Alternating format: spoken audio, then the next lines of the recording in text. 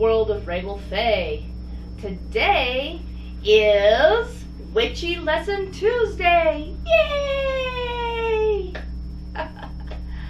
So go on, grab your journal, your book of shadows, sit down, relax, and let's have a witchy lesson. We are going to pick up where we left off last week with our psychic defense. And if everybody remembers the grounding episode, great. If you have not watched that, please watch it.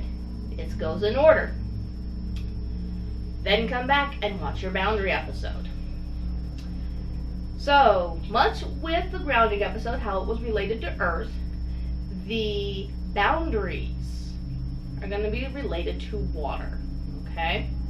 And all of this information, for those who are curious, is coming from this book called The Witch's Shield by Christopher Penchak. It's not a sponsor. I'm not sponsoring this. He's not sponsoring me to do this.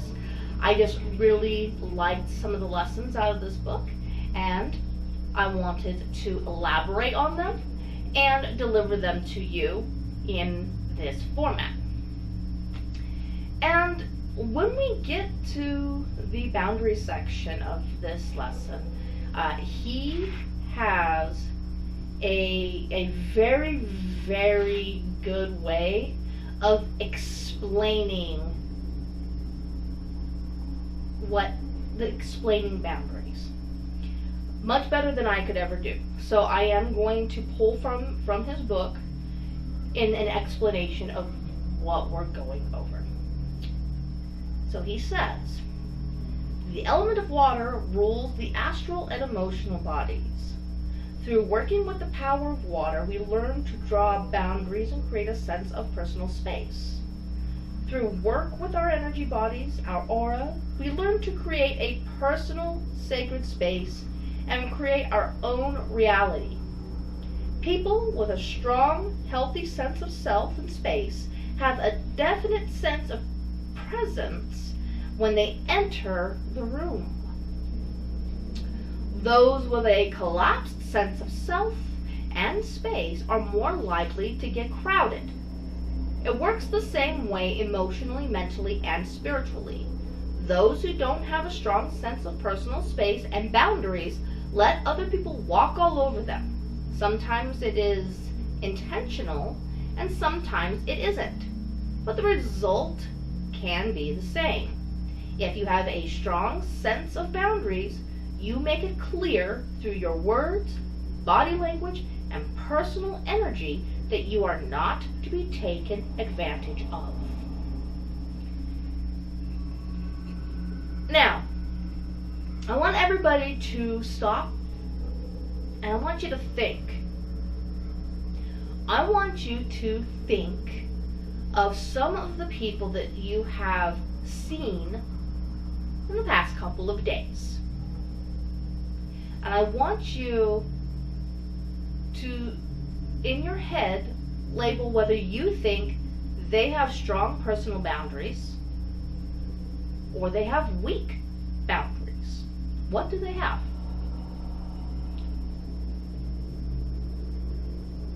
And once you have selected your options, what brought you to that conclusion? What were the things that they did, said, that brought you to the conclusion that they had either strong boundaries or weak boundaries? So I want you all to take note of that. And I'm going to continue. When you don't have a strong sense of self and your boundaries, it is easy to get overwhelmed by the thoughts, emotions, and intentions of others. Like literally being overrun by the waves of emotional energy others project. This is the nature of water. The floods of others will disrupt your gentle pool of water if you don't keep it safe from intrusion. Many people involved in magic are empathic and easily pick up on the emotions of others, but don't know how to stop the process. The lack of boundaries, the ability to identify excessively with others rather than your own sacred space, is the reason so many are overwhelmed by other people, both in daily life and during psychic work.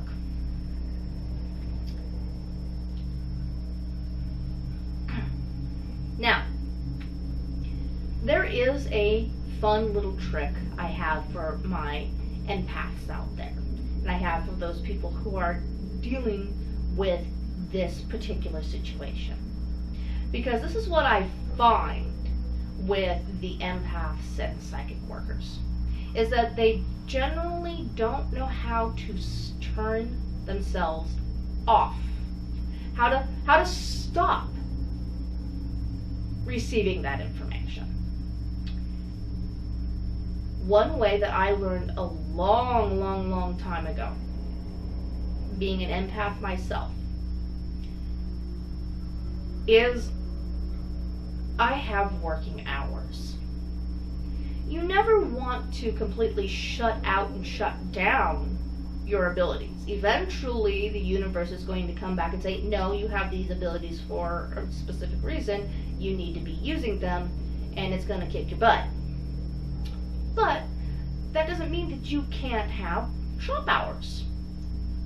So for those of you who are dealing with this, for my empaths, I need you to visualize your shop, because your shop is you. So you need to visualize a shop that represents you, okay? And all of your abilities and all of the things that you can do, right? Once you have that visualization and you've got your shop and it is the coolest looking thing ever, you're going to notice that you have an open sign on your shop, and it's saying open. When you need to be closed, flip your sign to closed, turn on the light that says closed, and then shut your shop down. Lock the doors, lock the windows, close the shutters, everything that you need to do that it visually will do in a shop if you had one. Count your money, do all that stuff, take care of your safe, close it down. And when you walk out of that shop and you've locked that door to that shop and it's closed, those are your empathic abilities closed until you come back the next day, or until you come back and open them up. This technique works. It works really well, especially if you're going out to places like, I don't know, cons or anything like that, where you're going to be in the large group of people.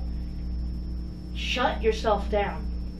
That way you can enjoy the mundane life experience and not have to worry about everybody else's feelings flooding you.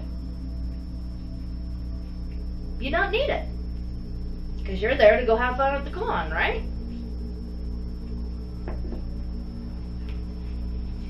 I would love to hear in the comments what type of shops y'all thought of.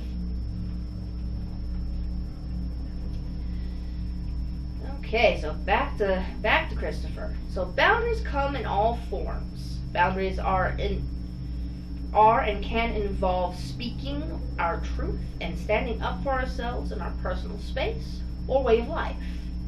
Sometimes the greatest act of protection is just to simply tell somebody, no, you're not going to do it. Or no, this is out of my scope. No, I do not feel comfortable with this. No.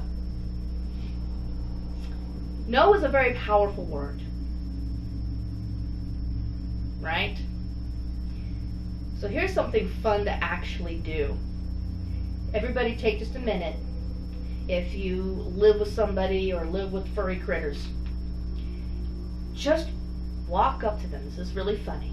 Just walk up to them and just look at them, and in a powerful voice, for no reason, just say, no, in that powerful voice, and see what the reaction is.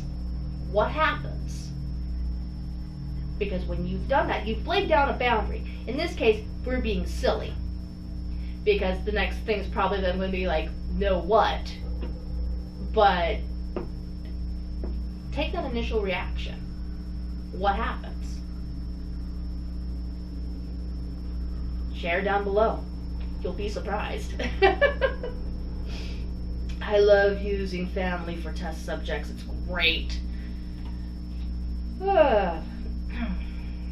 Let's see. Boundaries can be about separating yourself from certain people, environments, or behavior. Making the separation detaches you from the unhealthy influence. Saying no can be the most powerful magical word when it comes to magical protection. Oh yeah, you can tell the universe no.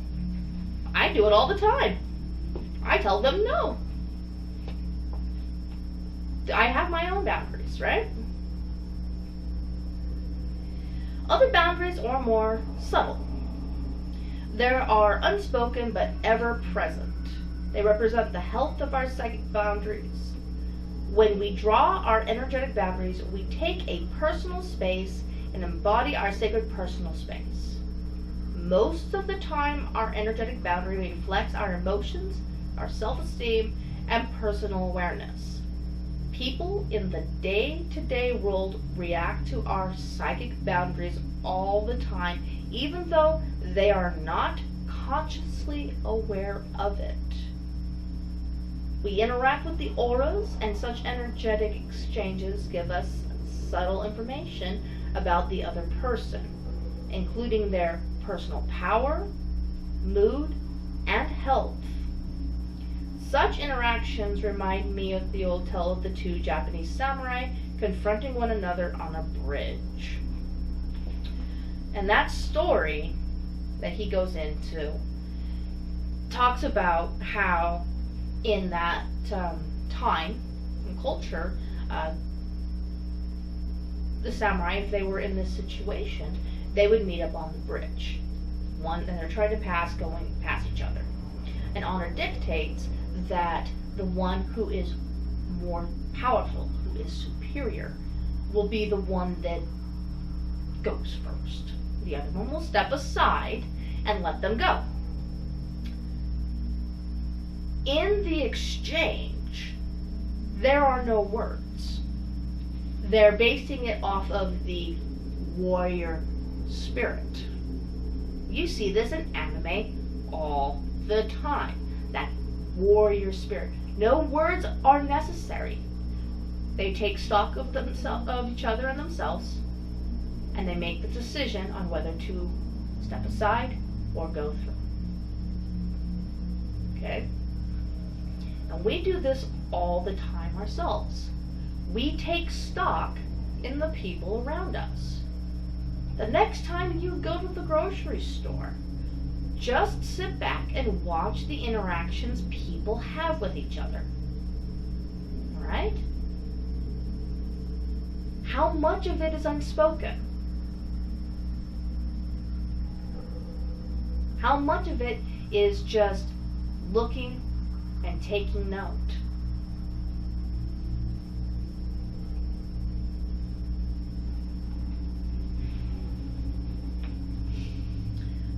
Now, whenever we have an emotional exchange with someone, there is the potential to create such links across our boundaries. We do this all the time. When we get mad or someone gets mad at us, we create a link. And then he tells a story that I think is actually very pertinent because this day and age, a lot of people feel this way. So I'm going to tell his story, okay? He says, I used to worry endlessly over not being liked. It didn't matter if 20 people in the room liked me. I would focus on the one person who didn't and try to find out why. Not everyone will click, and like each other in this lifetime. It is not personal. I got personal and emotional and created a link. I pressed their boundaries in an unhealthy way and crossed a line to create an unhealthy link. Now I have learned to live and let live. In reality, we have no boundaries. We are all linked, but in practicality, we must draw boundaries for our own health and well-being. And if you felt,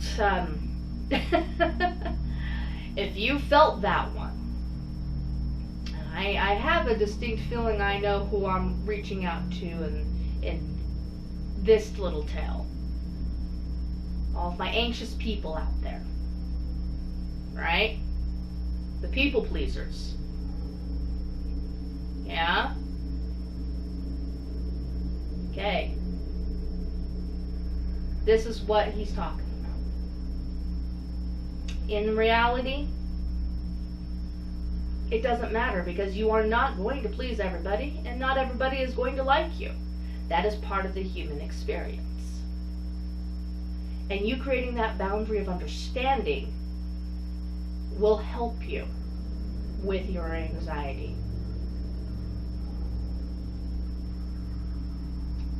Alright? Now let's get into some of these lovely techniques, because we've now gone over boundaries and what they all entail and how important they really are and how they affect us. Not with just the metaphysical stuff, but with our regular, everyday, mundane lives. The first technique is one that you're going to recognize if you remember the, whichever side, Sacred Space video. In the Sacred Space video, we talked about personal sacred space. Well, this first technique is personal sacred space with a twist. So essentially what you're doing is you are depicting your personal sacred space as a crystal shield, a clear crystal shield. And then after you've picked out what type of crystal you want to use, how the shield is going to actually look, because it can be smooth or it can be faceted, you would then empower this shield with a chant. And he has a chant in here that I will go ahead and use for this. Okay? So, we're going to go ahead and we're going to practice this. Now, for me, the crystal that I decided I would like to use for this technique is going to be Angel Aura Quartz. It is a clear quartz with a rainbow-esque sheen to it. So if it hits the light right, you see this rainbow kind of go across the quartz. Absolutely gorgeous, high vibration crystal. And I'm going to start from right here. Remember, in our sacred space, we start from our heart and we expand, right? So everybody, pick your crystal. Yet again, I would love to hear what y'all picked, because it's going to be so fun just to see all of the differences. So pick it, and let's go ahead and let's visualize it. So get you comfortable. Start from the heart, right? And visualize this crystal expanding, getting bigger, bigger, bigger, until it fully encompasses you.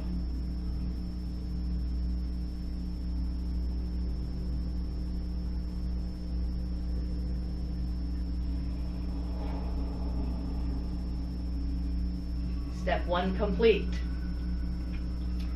Now, the chant that he has, I'm going to read this chant, and the idea is for this to just empower and or enforce more stuff into your crystal barrier. I will post what he has up so that you can see it, but you don't have to use his words exactly. You can make your own chant. You can make your own thing, okay? So this is what he has. Remember, when you do a chant, you're doing this with intent, so. I charge this protection shield to protect me from all harmful energies, both positive and negative. I charge this protection shield to protect me from all harmful energies, both positive, negative, and otherwise. I charge this protection shield to protect me from all harm and reflect back love on the source of the harm. I charge this shield to protect me from all physical harm, from all physical and energetic pollution, attacks, and harmful intentions, both of my own making and from others. So mote it be. Whew. And that's it. This technique, this sphere, just like with our personal sacred space, can expand to include a few other people. You could put it over a car. You could put it over a house if you wanted to. You could put it over items. And when the shield is no longer needed, it will just dissipate and go back. Okay? Or you can draw it back within yourself. Either or. A good example, this would be like if you're going on a car trip and you've got this shield set up around your car for protection. And then when your little car trip is over, you can just, and it'll just dissolve and go back to where it came from. So that is one technique that he suggests. Another technique that he suggests is sealing holes in your aura. So this one was really kind of interesting. And you're going to spackle holes in your aura. So this is another visualization, okay?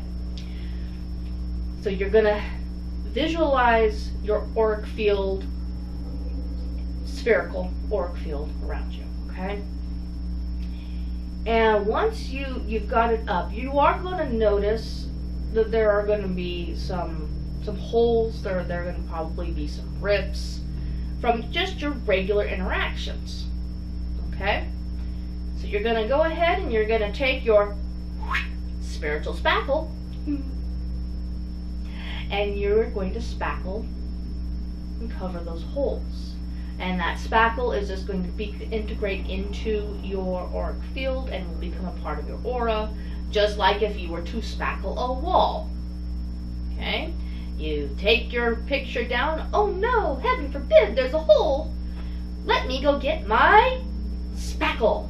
And I'm going to put it over the hole. I'm going to let it dry, and then I'm going to paint over that.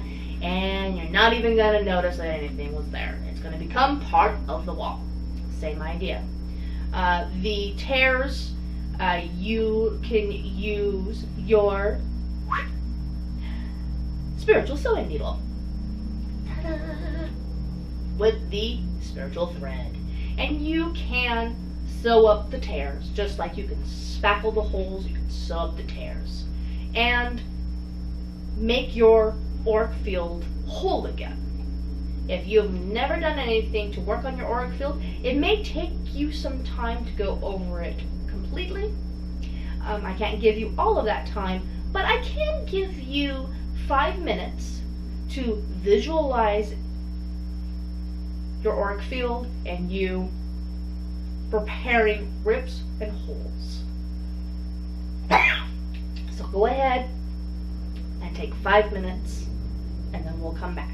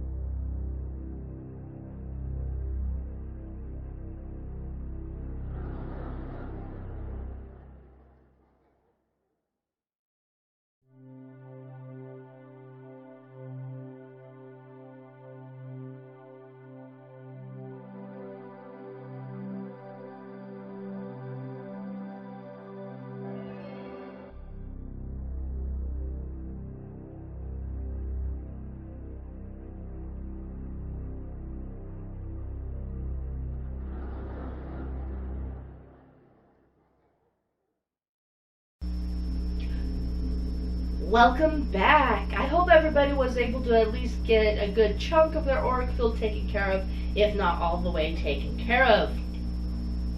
Well, let's go ahead and let's move on to the next technique. Okay, so with the 3 rings, you will generally use your hands, or you may have a tool. I have here my athame, which is my spiritual knife. So I'm going to use this for example. And what you do is you put it in your dominant hand. For me, my magical dominant hand is my left hand. And you're going to draw on the ground 3 circles. And generally it's going to be 3 circles around. Alright? So I'm going to do one kind of right here on my feet, and then I'm going to do one on either side. Okay? And you're envisioning a rainbow prismatic light coming out and from your hand or your tool and making these circles. Alright, so everybody, let's try it together. So I'm making my first circle here. I'm going to make my next circle right here. And I'm going to make my other circle right here. Okay. Now for me,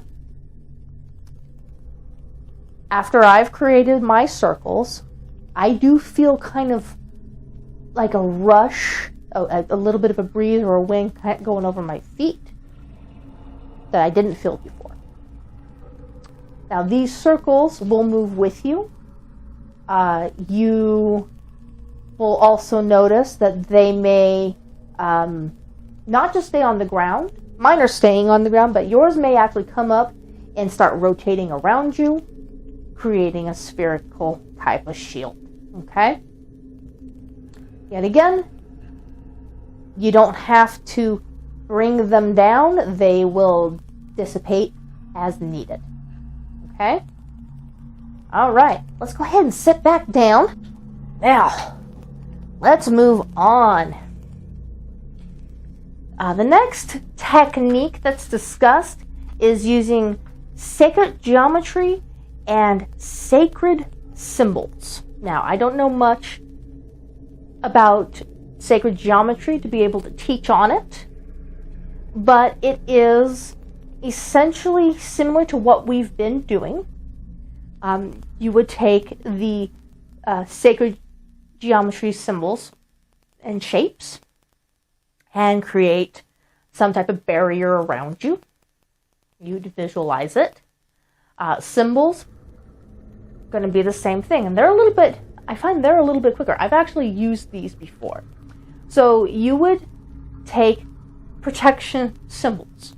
This is going to be different for everybody. For me, the one I like to use is the pentagram, because I view that as a protective symbol for myself. So, if I was to do this technique, what I would do is I would envision the pentagram, and I would have it, boom, pop up, and create a barrier. That's what I would do, almost like a force field. Okay? You can do this with any symbol. I know people like the Eye of Horus. I know people like the Ankh. I know people like the crosses of varying types.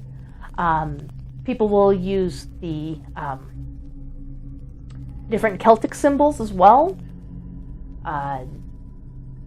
Really, in all honesty, if you view it as a protective symbol and you throw it up because it's your intent, that's what it's going to be. It's going to protect you. Okay? It's going to protect you. You got a little force field. You can even have fun with it and imagine whatever's trying to get at you hitting that force field, and you hear zing, zing, just like in Star Wars. Makes it a little bit more fun. Okay, so the next few that I'm going to discuss are not really in this book. Okay? Another way that you can create boundary is through mirror spells. Now, mirror spells, essentially what they do and what they are, is they reflect back to the sender, depending on how they're created. So if you were to do, let's say, a shield around yourself that was created of just mirrors, and the mirrors were facing outwards, whatever was coming at you would reflect back all of that stuff back to the people that it came from. Good, bad, ugly, it all goes back to where it came from and will affect those people in kind. Okay? Another way you can use the mirror spell is if you've got somebody or something that is being a particularly nasty critter, you can create the spell where the mirror is around, the mirror shield is around them, and the mirrors are facing inward. So all of the stuff that they're throwing out is being reflected back at them. Great technique for Karens. Because as I have come to realize through my time on the earth, as much as I want to love people, and as much as I want to do harm to none, some people don't learn that way. And it is a viable option to let them taste what they're doing to people. Some people don't realize that that's how nasty they are. They don't understand because of the way that they've set up their boundaries and what they're going to do. So they need to understand what that is. What are they actually doing? And they need to experience it for themselves. Okay? Is it something that you should do constantly? No. Is it something that you should do if you feel threatened? 100%. If you feel threatened, if you feel like you're not in a safe situation, mirror spells are a great trick. Okay? Here, I'm going to go a little bit deeper into the mirror spells. As we have come to realize, I absolutely love doing things in song. And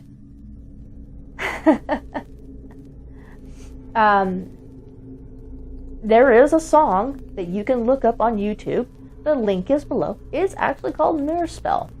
And it is a song in reference to a book by Mercedes Lackey.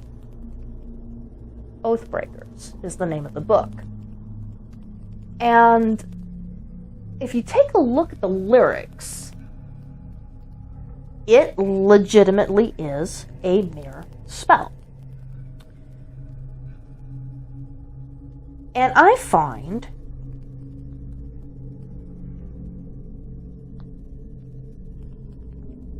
that it is easier in a pinch to remember a song. So I'm going to go ahead. You've got the link below, so you can listen to the song and give credit where credit is due. But I'm going to read to you what the actual song is. And I might even maybe sing a verse or two just so that you kind of get an idea of what the tune is. Alright? So it starts off with, vengeance is as vengeance does, sweet the taste when eaten cold, sweeter still to send thy ill back into thy face threefold. Earth and water, air and fire, mold thy power to my desire. Earth and water, air and fire, mold thy power to my desire. Shape the shield above, below, shape it hard and shape it strong, power bending to my will, power to contain thy wrong. Okay? Earth and water, air and fire, mold thy power to my desire. Earth and water, air and fire, mold thy power to my desire. That's the tune. Okay?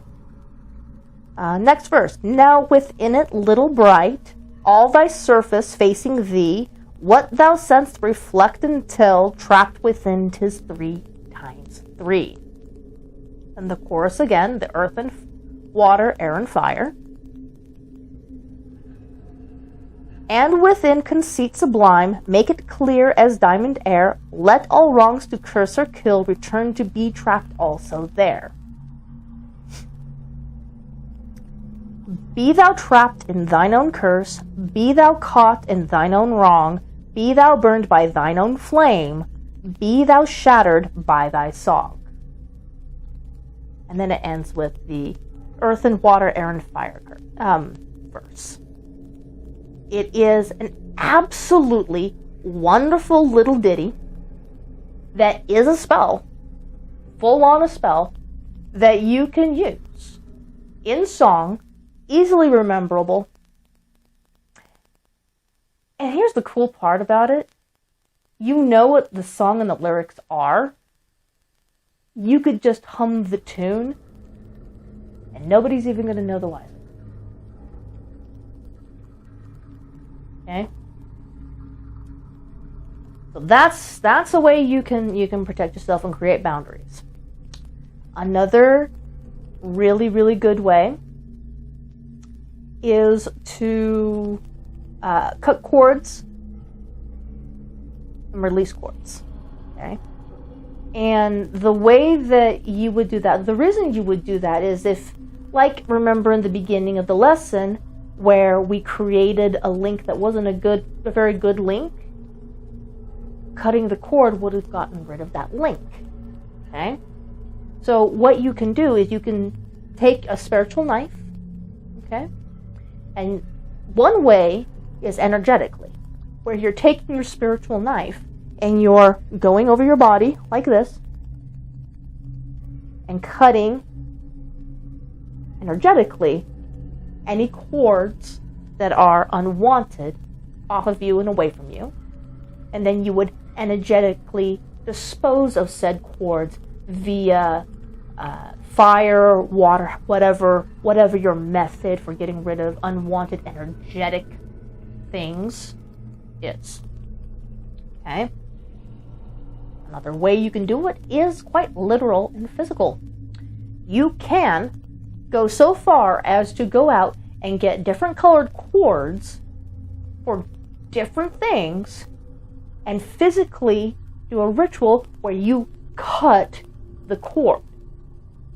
You can get as complicated as intertwining and weaving multiple cords together, representing different things, and cutting those cords, and then disposing of said remnants, usually via fire, or bury, or in a running water, running stream, giving it back to the planet, so that the earth, so that that energy can be used to do something else, be the fertilizer for the earth. Okay? The very, very last one that I want to talk about, technique-wise, is a fire ritual. Now, this can be anywhere from the big bonfire all the way down to a tea light. Okay? But the idea is you take something like a stick, or you take a piece of paper and you write something on the piece of paper that you need to get rid of. And you do it with full intent, everything. There's no hesitation. You want this gone. And then once you've got that, you've either put it into the stick, like blowing it into the stick, blowing the intent into the stick, praying the intent into the stick, thinking about the intent and putting it in the stick that way, or writing it down on a piece of paper. You then throw it into the fire. You burn it. And the act of burning it releases that thing, and you no longer will have that tendency or that habit, or the person that's been bothering them will no longer bother you. Okay?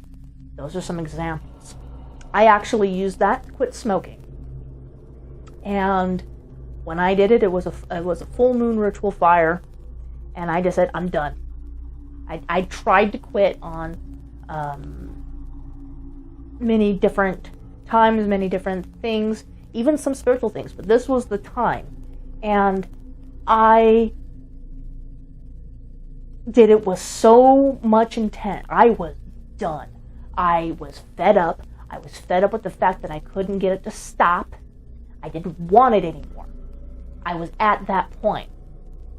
And when I burned it in the fire, that was it. That day was the last I ever touched a smoke. Since then, I have never smoked.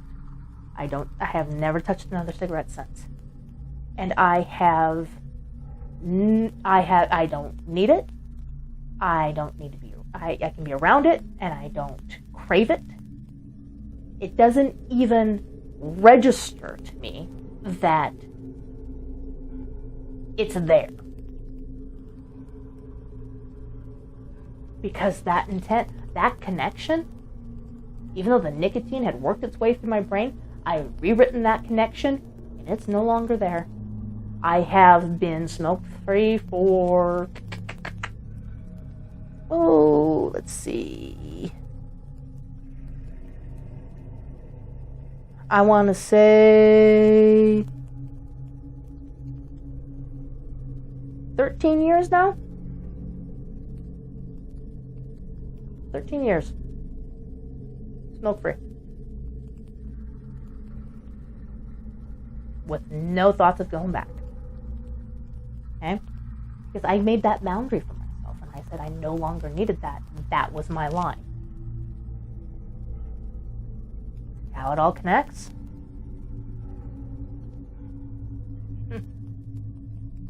Well, I hope you thoroughly enjoyed this rendition of Witchy Lesson Tuesday.